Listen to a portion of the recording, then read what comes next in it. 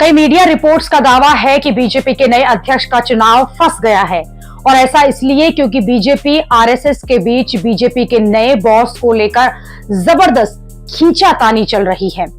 यह दावा किया गया है कि मोदी शाह के फैसले को आरएसएस ने खारिज कर दिया है। मोदी शाह भूपेंद्र यादव या फिर धर्मेंद्र प्रधान को बीजेपी अध्यक्ष बनाना चाह रहे थे।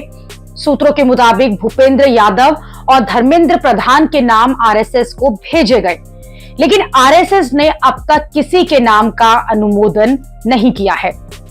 संघ के ऐसे तेवर से मोदी शाह हैरान रह गए होंगे, क्योंकि पहले यह कहा जा रहा था कि बीजेपी के नए अध्यक्ष का नाम लगभग फाइनल है और नरेंद्र मोदी के विदेश से भारत लौटते ही बीजेपी के नए अध्यक्ष का जो चुनाव है वो हो जाएगा।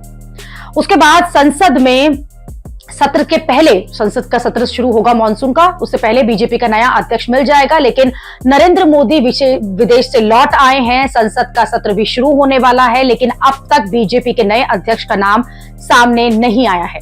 अब कई मीडिया रिपोर्ट्स में यह दावा किया गया है कि बीजेपी के नए अध्यक्ष का चुनाव इसलिए नहीं हो रहा क्योंकि संघ से जबरदस्त खींचतान चल रही है। एक तरफ संघ चाहता है कि बीजेपी संगठन का ओवरहॉल किया जाए, जिससे मोदी शाह की पार्टी में मजबूत पकड़ जो है वो कम किया जाए।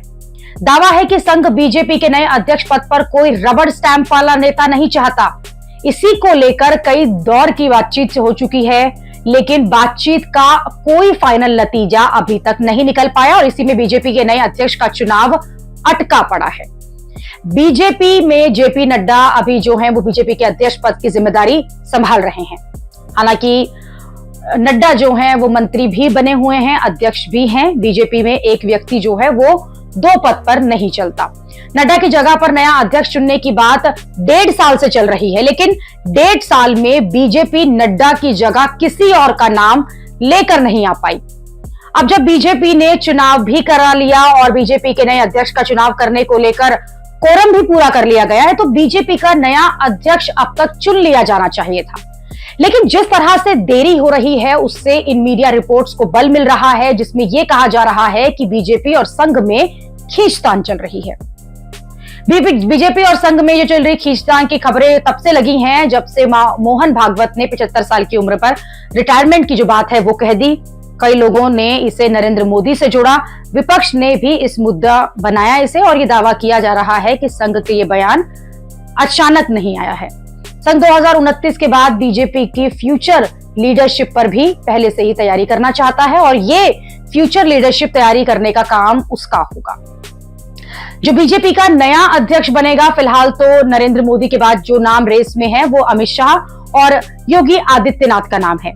लेकिन क्या संघ अमित शाह या फिर योगी के नाम पर तैयार होगा, ये भी बड़ा सवाल है। संघ बीजेपी के अंदर चल रही कथित गुटबाजी पर भी नजर रखे हुए है, खासतौर पर उत्तर प्रदेश में, जहां पर यह कहा जाता है कि योगी आदित्यनाथ और केशव मौर्य के बीच तगड़ा टकराव है और इस वक्त दिल्ली केशव मौर्य का फेवर कर रहा है।